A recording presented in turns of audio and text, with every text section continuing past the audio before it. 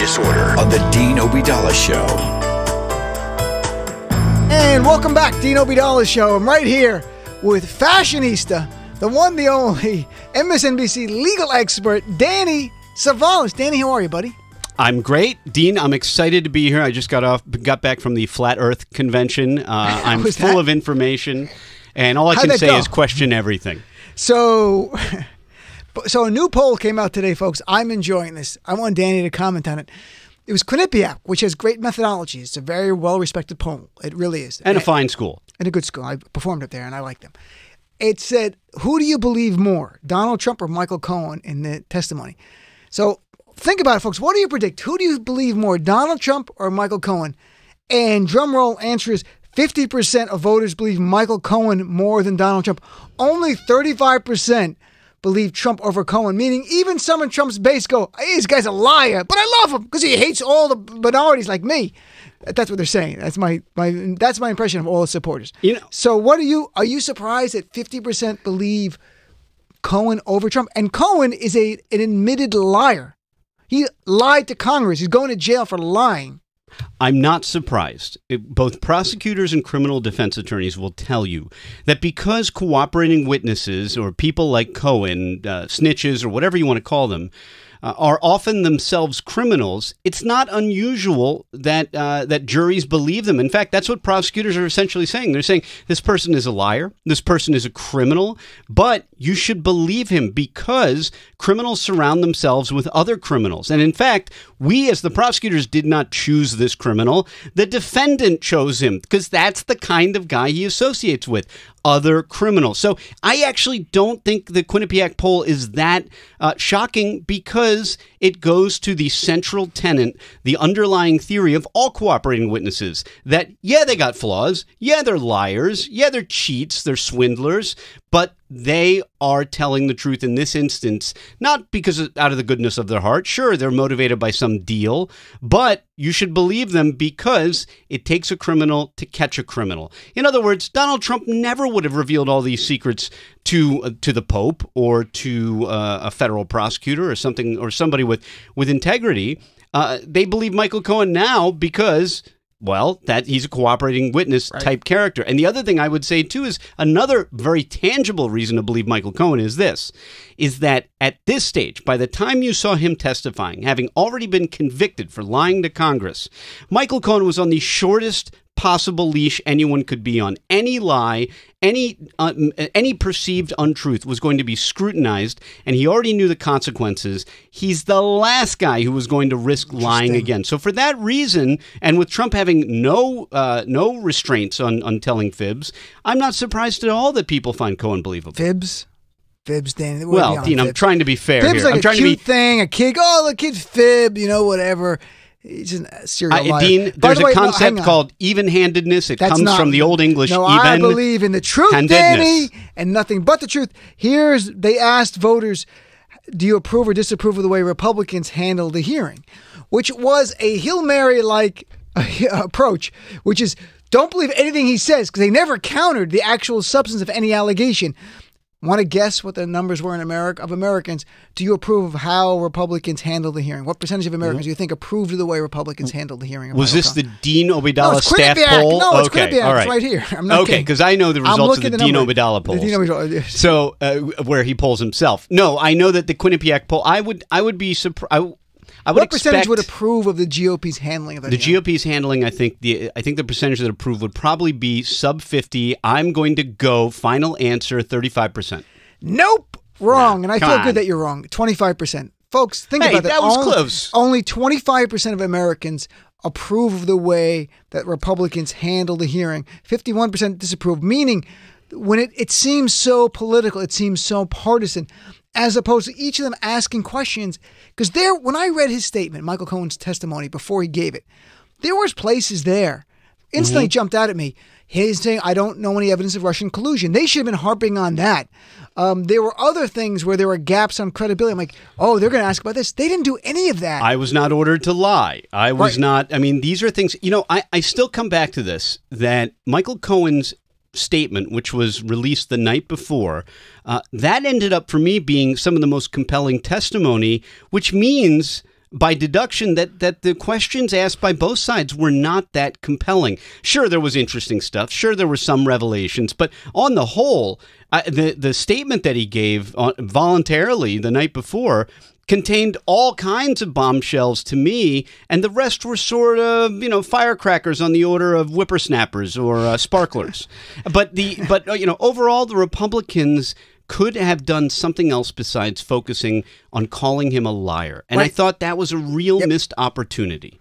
I agree, because you allowed all the substance of the allegations to go unchallenged on national TV for everyone to hear. So if you did not believe Michael Cohen was a liar, you started listening. You're like, wow, this guy knows Cohen. He knows Trump really well. This is kind of scary what he's saying. Let me ask you this from the Quinnipiac poll, not the Dean Obeidallah poll. What percentage of Americans think that Donald Trump committed crimes is the plural here, I'm not kidding, before he became president? What percentage of Americans do you think believe Trump committed crimes per a new poll out today, Danny Cevallos? What percentage in the Quinnipiac poll? Let's see. I'm going to go with that he believed crimes before. Well, I'm going to show my work here. We already know that Michael Cohen pleaded guilty last summer and implicated Trump in a pre-presidential role as committing a crime. We know also that the DOJ, the government, the prosecutors agree with that because they filed documents essentially saying as much. So the official government position is clearly that Donald Trump committed a crime, campaign finance law violations, before he got into office. So that should be a high number, if for no other reason than the government believes it happened. Lot of work. So here's my final answer. No phoning a friend. I'm going with 85%. No, that's crazy. That's way over the top. No, 64%. Oh, okay. So nearly 2/3 of Americans, the exact percentage we need to remove Trump in the Senate, believe that Donald Trump committed crimes. Think about this. Prior.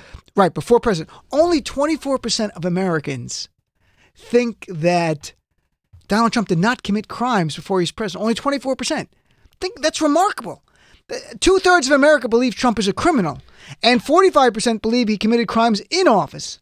Right. Well, that's the result of the Cohen testimony, and his testimony was engineered to make that point. And exhibit whatever it was that check that was written after he became the president. And I think what people need to know is that every word, especially in his prepared statement, Cohen's prepared statement, was very strategic. And the reason that I believe, and I think it's pretty plain, that the check was admitted into evidence is to show that Trump was continuing the cover-up, continuing the, quote, conspiracy after he got into office. And why? The reason that is important is very specific. Tell me. It's an open question, and Dean, you and I disagree on this. Oh, boy. Whether a president can be impeached for conduct that occurred before he was in office. And I know there is some precedent for this as recently as in the last few years, right, for pre-office conduct being impeachable. But I would respectfully submit that the framers' idea of impeachment was really grounded in abuse of official power. And you can't have, as a purely private citizen, an abuse of official power. But let me put an asterisk. The framers also discussed that a quintessential impeachable offense would be monkeying around with the electoral process. And if the kind of campaign finance law violation that Donald Trump is considered to have committed is exactly the kind of thing that the framers would have considered impeachable. So that whole discussion about pre-office impeachment goes out the window if Trump committed a crime, a similar crime or an ongoing crime while he was in office. Now you've totally gotten past that threshold issue, and that is why Michael Cohen made such a case for Donald Trump writing that check after he had ascended to the presidency. Let me ask you something else about Michael Cohen, because I think you were here the night before the testimony, weren't you, last week? Yes, right. It was Wednesday. So yes, I was. Michael Cohen, during the testimony, made it clear that he was in the office with Donald Trump and about mid-July 2016, a few days before the DNC convention. So this is sort of mid-July. Roger Stone calls and tells him in front of Trump on the speakerphone, hey, I talked to Julian Assange, and he's going to do a dump of Hillary's emails, and Trump is actually kind of happy about this. Then a few days later, this is just a few days later, July 27th, Lauren, let's play clip number 2, please. It shows how little respect they have for our country when they would hack into a major party and get everything. But it would be interesting to see. I will tell you this. Russia, if you're listening, I hope you're able to find the 30,000 emails that are missing. I think you will probably be rewarded mightily by our press. Let's see if that happens. So we've all heard that statement. But what's that was interesting, Katie Tur's question. We've got that in a second. What's interesting is now Donald Trump's new spin at CPAC is that line was a joke. And obviously because of Michael Cohen's testimony saying Mr. Stone told Mr. Trump that he'd just gotten off the phone with Julian Assange, that Mr. Assange told Mr. Stone that within a couple of days there would be a massive dump of emails that would damage Hillary Clinton's campaign. So Trump is now doing, I was just kidding. Now, we don't hear that tone being jokey here. And before you answer, here's Colbert doing a great job last night for the audience on this very subject about Trump claiming that's a joke. Here's clip number 3. He explained his joke was just too hip for the room. So everybody's having a good time. I'm laughing. We're all having fun. And then that fake CNN and others say, he asked Russia to go get the emails. Horrible. You weren't joking. In fact, you were even asked about it. Do you have any qualms about asking a foreign government, Russia, China, anybody, to interfere, to hack into a system of anybody's in this country? You said, I welcome them to find those 30,000 emails. Well, they probably have them. I'd like to have them released. But does that not give you pause? No, it gives me no pause. If they have them. If Russia or China or any other country has those emails, I mean, to be honest with you, I'd love to see them. Okay, that's pretty damning video. That's why it's part of the new collection, Donald Trump's Campaign Bloopers and Practical Treason. Practical treason. So, Danny, is the joke defense, you've been in defense attorney for a while, does the joke defense work? And assuming this becomes legally Relevant? salient and relevant, yes. The joke defense with Donald Trump, I think, generally works because he's created a fog of so much zaniness that nothing is to be believed. And in fact, he's actually, what I think is part of his evil brilliance is that, that he said his jokes are not even that clever. They're so ridiculous. That wasn't a joke. So Come silly. on, first of all, it wasn't a joke. Hold on, I'm going to get into it. Okay. Yes, but it clearly, this is a case where I don't think anyone could say he was joking, not because of the context of the first joke, but Katie's follow-up. That was Katie Tur asking the questions, the legendary follow-up there, where he doubles down. He says, no, if they have them, I'd like to see them. And in that moment, he's essentially saying, if they've hacked our computers, I'd like to see the fruits of that hacking. Now, if you go back to Michael Cohen's testimony, where Michael Cohen basically said that Roger Stone was calling him, giving him updates, and Donald Trump was reacting with glee. That alone, with nothing more, I might argue is mere presence at a crime, mere knowledge of a crime. And for an ordinary citizen, which Trump really isn't, but for an ordinary citizen, mere knowledge or presence is not itself criminal. However, the slightest bit of assistance, of encouragement, could constitute the amount of overt act in furtherance of that crime that can make you liable. And when you combine those two things together, his what he says was a joke, but in conjunction with the fact that Roger Stone was apparently apprising him of this, boy, that becomes really hard to defend. Look at the timeline here now that what we've seen. The testimony by Stone was a few days before the DNC convention. He told him that he was in the room with him when Stone calls. The DNC convention was July 25th to July 28th. So a few days before, July 23rd, 22nd, less than 4 or 5 days later, there's Trump going, Russia, if you're listening, give me the emails. Yeah. And Mike Pompeo, as CIA director for Trump, he said that WikiLeaks, which is Assange's organization, is a hostile foreign intelligence agency that's assisted by Russia. Did Trump know that part or not? I'm not sure, but what if you add one more thing that Roger Stone said? That Michael Cohen said. And we don't know, this is not the slam dunk, even with the testimony, that the June Trump Tower meeting with the Russians, we're talking a month before, that Donald Trump the Magnitsky meeting, knew about that meeting, that the Sun told about the meeting. He knew the emails said this is all part of Russia and its government's efforts to help your father. That was the exact words, Russia and its government's efforts to help your father.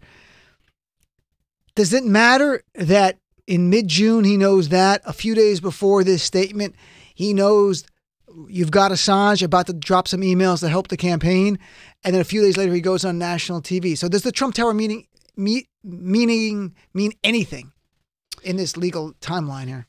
It could, but I go back to, absent any specific duty, and you could make an argument that even though he wasn't then, once he became the chief law enforcement executive of the country, he had a duty. But at the time, his mere knowledge that they were considering a meeting, I don't know that we're ever going to get much further into what Trump knew about that meeting, because yes, we may learn that he knew there was some kind of meeting.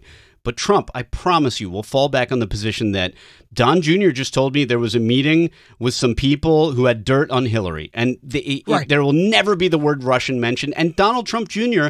will fall on that sword if he has to, because he has that kind of loyalty to his father. So I don't think we're ever really going to find out. And part of, again, the evil genius of Donald Trump is he doesn't email, he doesn't text, he doesn't create a paper trail. So really, the only thing you're left with is cooperating witnesses. Here's and I'm going to put this out there, and liberals, you might not like this idea. I think Donald Trump Jr. should be given an escape route to all of this, because he has shot and killed a lion. I think we put him in a room with a lion, and if he gets out alive, he is free. He is forgiven for all his crimes. These guys, I'm just putting it out there. What do you think? Sort of like American Gladiators, but Trump version. It's like they opened up a Dungeons and Dragons manual for what villains do, and they all do like killing lions. They dress like evil wizards. I mean, these folks are just hump the American flag. Yeah, Trump doing that was just off the charts. It's so bizarre from an optics. But what perspective. about? All right. Well, look. We already have. If Cohen's testimony is believable, and it probably is, frankly. That he was in the room before Trump said this a few days before, that says something. And if it's true that he knew Russia was trying to help the campaign a month before, and he's saying now Russia, if you're listening, and as you know, Mueller's indictment mirrors that date, July 27th, that they have evidence that the Russians went after Hillary's emails. Right. Like they heard it and they go, all right, he's in the conspiracy. They didn't use that word. They don't think it's a joke. Donald Trump will defend to the end that this was just a joke, and that even what he said to Katie Tur, he will try to defend that as a joke too. And really what he'll say is, no, I'd like to see him. I don't have anything to do with it. But, hey, I'd like to see emails. Who wouldn't like to see emails? Right. He uses language that's so slippery that for the most part, that's why he's gotten by. I said for a long time, if Michael Avenatti, you remember him, if he got Donald Trump into a deposition, it would be really bad. But over time, I thought that over, and I realized, you know what? Donald Trump has been in probably 100 depositions. Donald Trump has probably been in more depositions or given more depositions than I've taken. Right. So he obviously has squirted by many times before.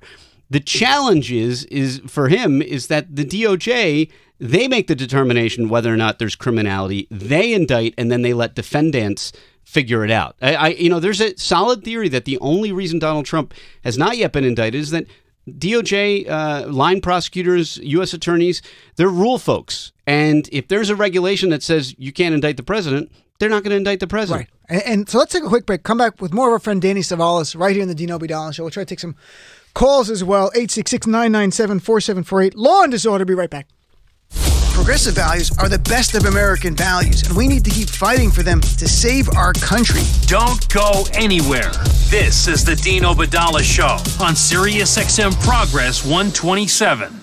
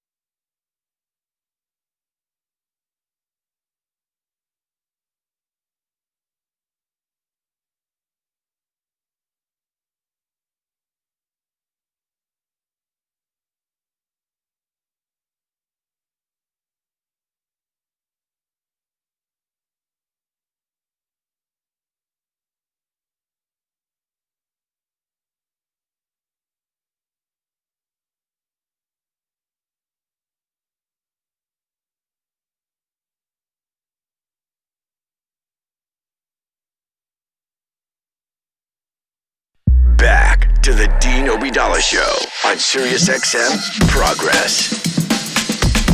And welcome back to the Obidala Show. We're live right here Tuesday, March 5th. In studio, MSNBC's legal expert, Danny Cevallos. People are calling specifically with questions for Danny. I told them earlier, if you're in prison, you only have one call. Make it now to Danny Cevallos. Get out of jail free. Here's Mike, the attorney from San Diego, who's in prison apparently, and is making his call to you. Mike, what prison are you in, buddy? You in jail? I'm not in jail. I'm just in a car. All right, so Mike, what's your question for Danny? Here it's about the joke angle, Donald Trump's new defense. I was just joking when I shot him 4 or 5 times in the back. Officer, come on. By the way, the great Mike from San Diego, who I love, he never actually has a question for me. He just shows me up with his brilliance every time he calls. There's no real question. This is a pretextual question. I'll be sending the check as usual, Mike. Ben, how do you want me to pay? By PayPal or? I don't have a question. I just want to say See? The joke that is valid is that Donald Trump's the joke. I mean, Mike, the joke defense, does that work anywhere? You're a practicing criminal defense attorney. No, I haven't seen it work anywhere, anytime, any place. And 38 years as a trial attorney, I haven't seen anything that represents a joke when you go to court on a criminal matter.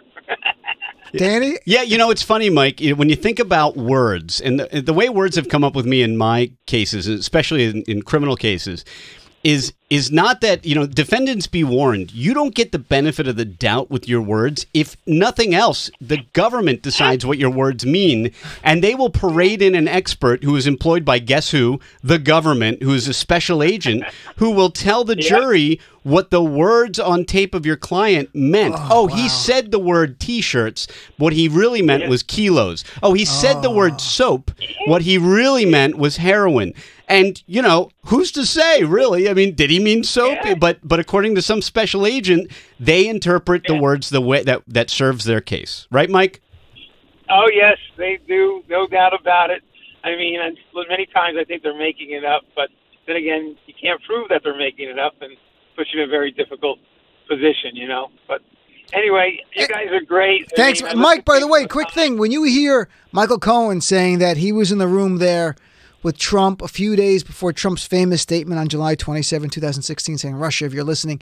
And he's there, and he says, Roger Stone says, hey, Julian Assange told me we're going to get a dump of emails. And Trump's like, that's great. What do you think? Does it add anything? I think it's you got to accept Cohen's credibility, and he's got problems with that. I think the whole thing in his testimony was the checks.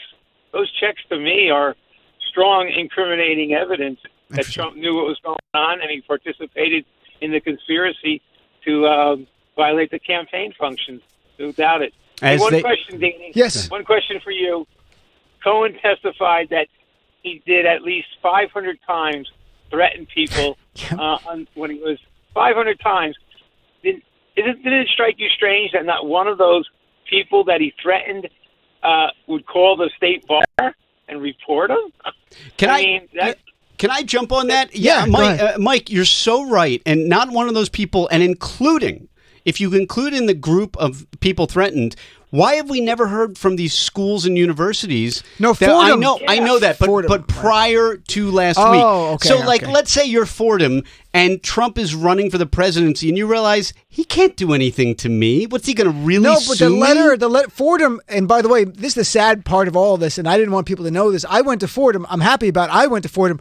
People didn't know Trump went to Fordham for his first 2 years of college. Then he transferred to UPenn or Wharton School. So no one at Fordham wanted to claim the guy. But when that testimony came out, Fordham confirmed that they got a letter, and they responded the way they do is that, and it wasn't a threatening letter. It was more like, it wasn't like we're going to sue you. Or it was more, maybe there was like a lawsuit threat, but it was about do not release these. And their response was their typical response. We don't release these to anyone except for the person or their designated representative. That's the typical answer. But, Mike is right in that where were all these, where have all the Daily these Beast went been? forward. The Daily Beast reporter went forward, but he didn't report it to the Bar Association. He went public, and that was read. Jim Jordan read that thing, and that was 2015, where he said, and I write for the Beast, but I'm not in the office there, but a full-time reporter was told, if you print this, you're dead, I'm going to make your life terrible and all that. And they went public with that right away. I mean, John Avalon was still there as editor-in-chief. They went public, but no one thought, let's go to the Bar Association over it. Yeah, it doesn't matter now. It's all academic because it's so funny. When at his testimony, Mike, I don't know if you thought of this too. During his testimony, I thought there's about 11 different things he said that would get him either suspended or disbarred. But in the end, ultimately, none of it really mattered because he was convicted of felonies, and those were and so we'll never really have a discussion of the ethical violations that Michael Cohen committed because his felonies sort of trumped, pun intended, the other ethical violations. Bad joke. Hey, Mike, Danny, quick thing. Wait. Mike, quick thing here. The threats of violence by Cohen, does that implicate Trump if it's done on his behalf? Does that do anything with RICO? Is there anything involved with that? I don't think they were violence, but threats. I think Cohen was saying that they were threats that were, ruin your life, things like that. Right. Yeah, I don't know if they were violence. Good point. Okay, fair I don't think it was like we're going to break your legs because that would be. That would be a criminal. That's where Matty Calamari comes in, the other guy. Matt Calamari. So, all right, nice talking to you, Mike. Take care. It's funny, people are like, no one's name is Calamari. I'm like, professor at Fordham Law, my contracts professor was John Calamari. Yeah. Calamari is not that uncommon of Italian. And people are like, that's a fake name. I'm like, my professor. And he wrote a famous contract books, Calamari and Perillo. These two Italian guys wrote this great contracts book. You can't. We are in the epicenter of probably people named the density of folks with the chances of having a name Calamari. We are probably in the highest density, sitting here sandwiched between New York and New Jersey. That's where these folks are. Johnny Calamari over here. Hey, Vinny Calamari, what are you talking about? We got Joey Manicat and Bobby Zeppeli. All right, let's take. Here's Chris has got a question for you here. Chris from California. How are you, Chris? Hi, guys. Gentlemen, I'm not in jail, but I am in Bay Area commute traffic, so I'd probably rather be in prison. All right, so he's stuck in traffic. Can't help you with that. So what's your question here for the one and only Danny Cevallos? So, and thank you for taking the call. It's sure. A treat. So it sounds, Mr. Cevallos, it sounds like what you're saying is, to me, and I'm just a knuckle-dragging commercial diver. I'm a construction worker, so I don't understand this stuff. But it sounds like you're saying almost implying the more the orange stain compounds these illegal activities, the less culpable he becomes.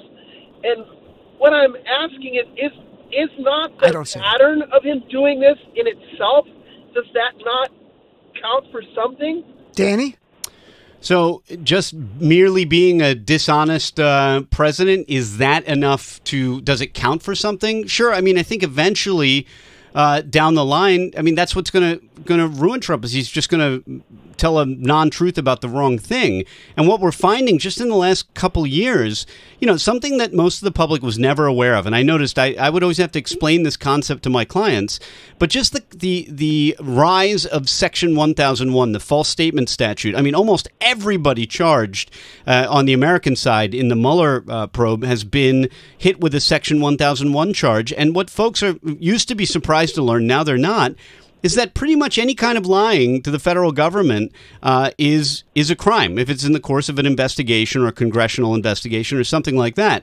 But what Trump does is with all the statements that he gives, it's going to get to the point where the only defense he's going to have is the joke defense because he speaks very non-committally. I can tell you that when I hear him talk, I think about a deposition transcript and I try to read it as he's speaking, and he's mastered the art of really conditionally saying everything. He even adds it after the sentence is over, so they say, or so I'm hearing, or probably, or maybe, and so he has a real non-committal way of speaking. He's learned that over the years, and it's served him well. But now he's on a stage where people are making transcripts of what he says, and he's finding that he can't speak the way he used to. And I think you're absolutely right. Eventually, that's going to come back to bite him. It's not going to get out of jail. In the end, go ahead, Chris. In the end, it's kind of the judge's discretion at what the judge wants to put weight on and not weight on, and how much, right? Well, that's assuming that assuming President Trump was ever before a judge, because we have to get past the threshold of can a sitting president be indicted, and there are those on both sides that say he can't. Be at one point once he's out. I think he's going to be before a judge somewhere, probably in the Southern District, but I expect we'll see him before a judge eventually. I actually, and I've been saying this for the last couple of weeks. I have a growing thing. My thoughts have changed over the last months and years. But, after the last week, my thought, I tend to agree with you. I think here's what we know. I try to stick to what we know. We know that the government, and by the government I mean the Department of Justice, has a policy of not indicting the president. These are folks who follow rules. They're not likely to buck the system. So it's reasonable to assume they won't indict the president while he's the president. However, if they believe they have either a statute of limitations that extends beyond the end of his presidency, or the statute of limitations is told or paused while he's the president, then I think they may likely wait till the end of his presidency. And I should add that if Trump gets a whiff of that, I think it's very possible that on the last day he might try to issue a self-pardon, and then all legal heck will break loose. Crazy time. It will be crazy time. All right, Chris. Thank you. Thanks, Chris. Thanks Chris. for the call, my friend. Good luck with the traffic. It's interesting, the self-pardon. By the way, Ty Cobb, the former lawyer of Donald Trump, said today that it's not a witch hunt what Robert Mueller's doing, and that Robert Mueller's an American hero. Sure. And that was pretty interesting to hear Trump's former lawyer say that and undermine Trump's witch hunt argument, which is only bought by a very small percentage of America, essentially his base. That's the only people Ty that believe Cobb is an accomplished lawyer. I mean, lawyers... We get a bad rap, but we do have an obligation to the truth, and I believe in that. And Ty Cobb is someone who knows that Robert Mueller is not somebody with a vendetta. If anything, I mean, everything about his career, he's a law enforcement guy. So is he biased? Yeah, he's biased against crime. I mean, that's what everybody in the FBI and DOJ is. They have a well-known prejudice. It's against bad guys. Other than that, I mean, I know I'm a defense attorney, and this goes against the grain, but, and sometimes I think prosecutors have blinders on, but the idea of a witch hunt, of just deciding that there's a crime and then investigating, especially knowing they'll be scrutinized for centuries to come, literally centuries, right? I mean, we'll still be studying this 50 years from now. So I know that's not a century, everybody. No, but the idea of a witch hunt led by a Republican prosecutor appointed by a Republican deputy AG who was appointed by Donald Trump is a little hard to believe, because that's really the scenario went on. I mean, Rod Rosenstein appointed him. Trump had appointed Rod Rosenstein and loved him at first. He was the greatest thing ever. Right. Robert Mueller is a lifetime Republican. And so let's take a quick break, though. When we come back, I want to talk about Jared Kushner. Today, Congressman Ted Lieu, who we like a lot, referred to the DOJ, Jared Kushner, for potentially lying on his national security application.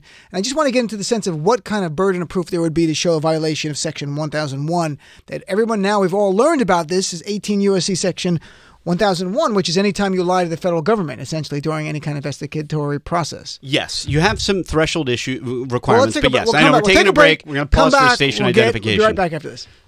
Look, it's time the media start calling out Trump's false statements for what they are. Lies. Trump is a liar. And by the looks of it, he's lying every day and twice on Sundays. The Dean Obadala Show.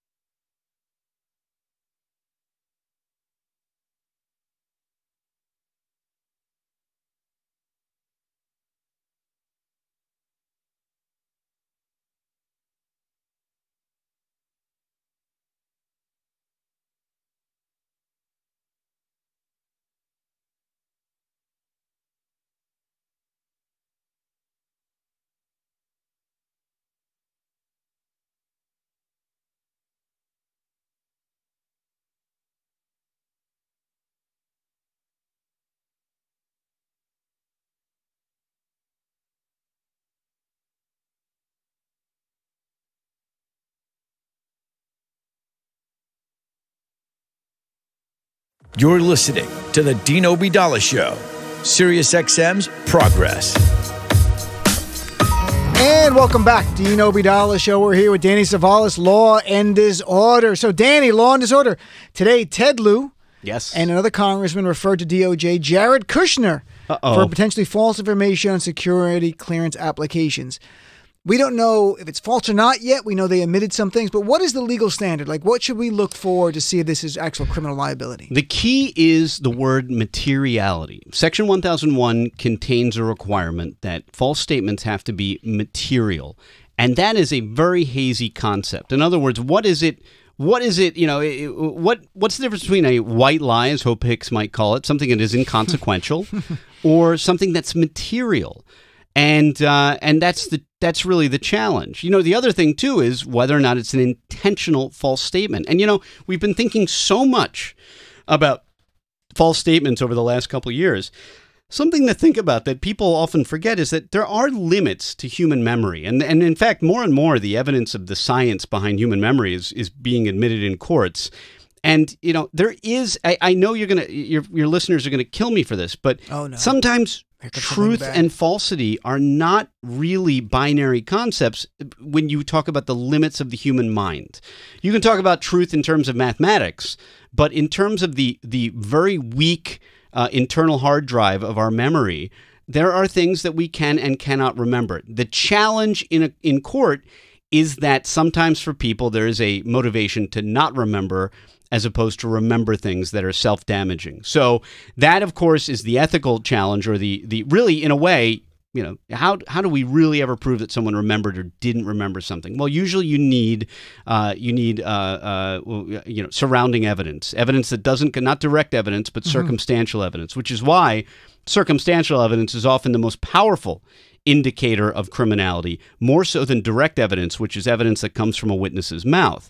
And so, for a Section 1001 conviction, they have to show that it was an intentionally false statement, not just an accidentally false statement or a product of a poor memory, and that it was material. So those are two of the major, and of course it also has to be in relation to an investigation of some kind, or some government, lying to private entities is no problemo. That's totally allowed. But Section 1001 focuses on false statements to, there's a laundry list in the statute. I can't remember what So if he left off meetings with certain people and certain things, if he did that unintentionally, it was truly accidental. That's right. Then that's life. Right. And, as an attorney, I filled out bar applications, even applications for a lease, but that's not to the government.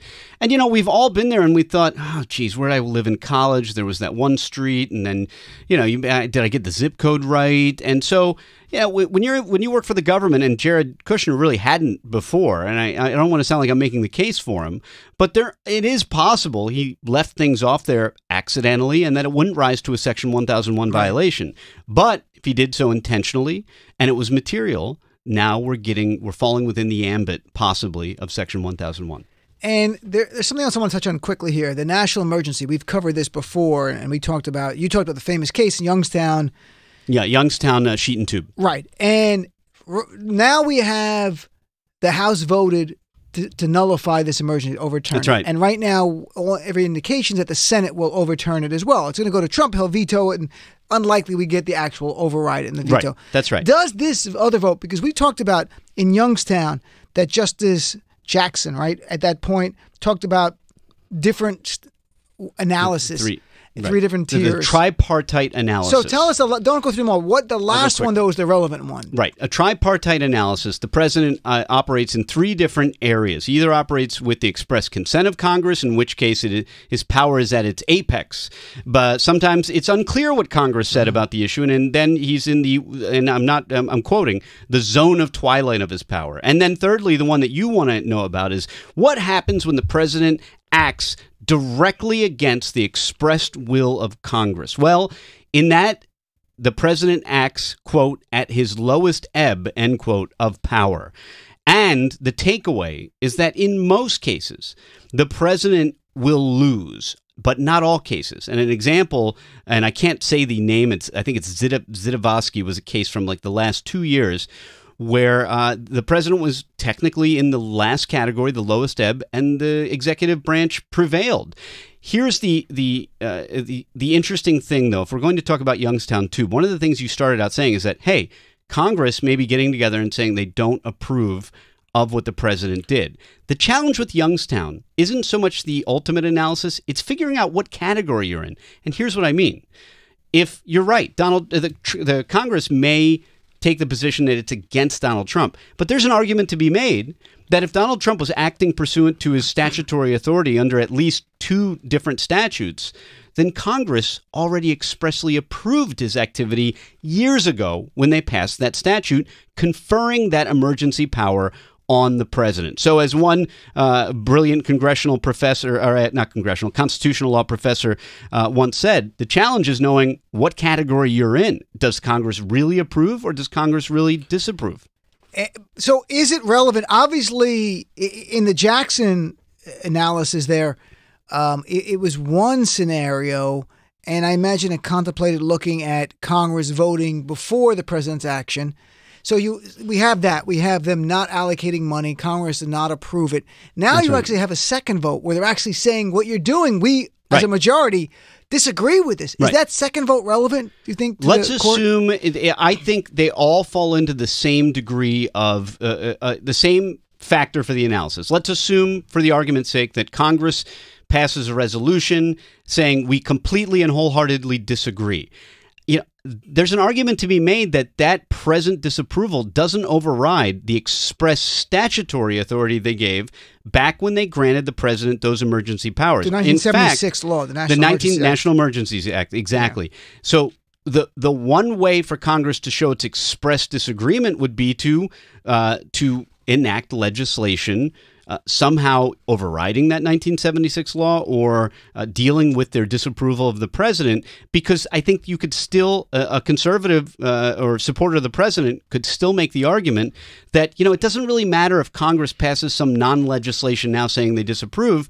Years ago, when they expressly gave the president this vast and unfettered power, well, that's on them. They made that choice. So it's not going to be as, although I had Congressman Jamie Raskin on last night, who was a con law professor. He was brilliant. I thought he was the best questioner. He was on last night on my show, and he said to me, as a con law professor, this absolutely will be overturned. I go, really? He goes, yes. Well, yes, because, and his argument again is under, that the president, if the president's acting at his lowest ebb, then the president usually, most of the time, loses, but not always. And I'm sure even Congressman Raskin would agree with that on occasion the executive has prevailed, but you should not bet on the executive branch when they are in this third of Jackson's categories following Youngstown. All right, let's take a quick break. We'll come back. We'll have a couple of minutes. I just want to touch on Stephon Clark and what happened in Sacramento. And just so we've talked about this before, but what's the standard? Because this case just looked crying out for the police to be charged, but that did not happen. The police were not charged. An unarmed African-American man killed in a hail of 20 bullets, hit 7 times, just holding his cell phone in Sacramento. And on Saturday, the Sacramento DA said they will not be charged. Let's take a quick break. Come right back. We'll discuss it. Dean Obadala Show on Sirius XM Progress 127.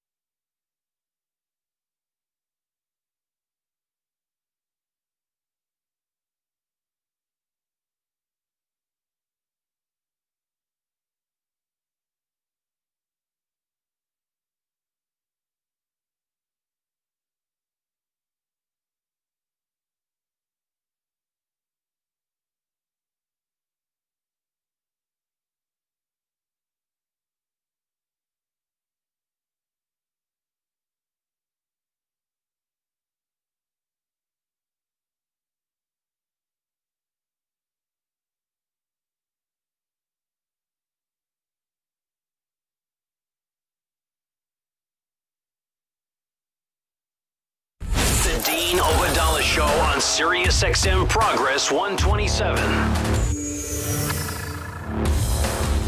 And welcome back, Dean Obadala Show. We're live with our friend Danny Cevallos from MSNBC right here. So, Danny, Saturday, well, what happened last March? Stefan Clark, 22 years old, in Sacramento. Police were called saying that somebody was committing vandalism on cars. They show up and they see who turns out to be Stefan Clark, and he runs away from them. And then we can see from like helicopter footage that, the police are standing there. They don't identify themselves apparently.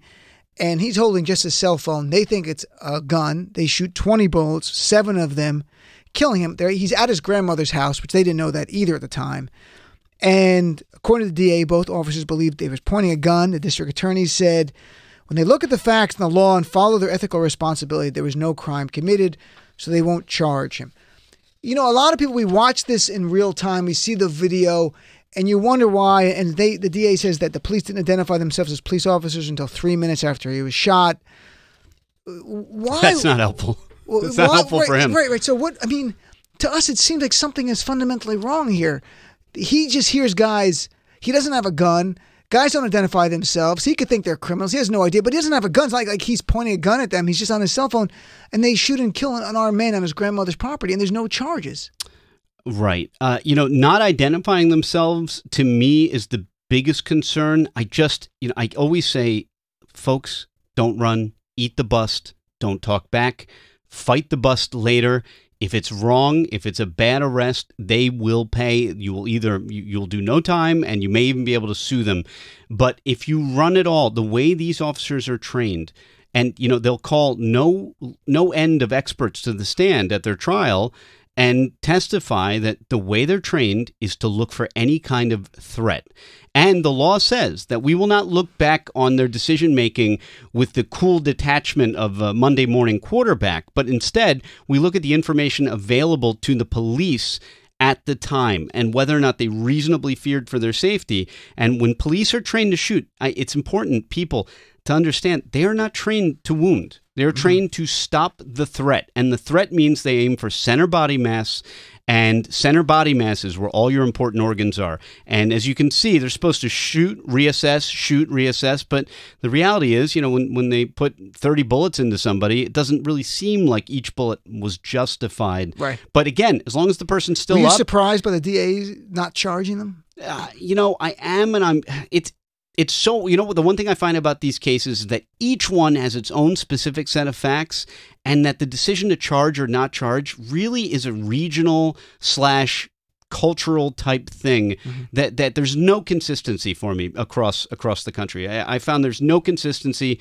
and so I guess I'm not surprised, because there's always an argument to be made, even in the case of what's called the fleeing felon, that person still posed a threat. And if he turned around and saw a flash, that's an arguable gun, I guess. Danny, my friend, thank you very much for spending the hour with us. Thanks you for listening and spending the hour with us in the evening with us. I look forward to chatting with you tomorrow. Danny, any last things you'd like to add? Well, yeah, I'd like to read some of the ingredients on the snacks that you eat throughout the show, because I'm concerned about your health, Dean. So I'd like to start here with... what is this? Right? Stop what is this? We're gonna garlic thank xanthan you for gum? tuning in. I don't know what xanthan gum is. If you're up late tonight, 11:45 Eastern Time, unless I get bumped, I'll be on CNN for a few minutes talking about Congressman Ilhan Omar. I'm on Twitter at Dean Obadala. Danny's on Twitter at Cevallos Law. I've got a plug too. I did HGTV on Sunday night with my wife, Beachfront Bargain Hunt, and you can watch it on the app. It was a lot of fun. Also, MSNBC and NBC News. I love you. Thank you. Thanks, everyone. Talk to you tomorrow. Have a great night.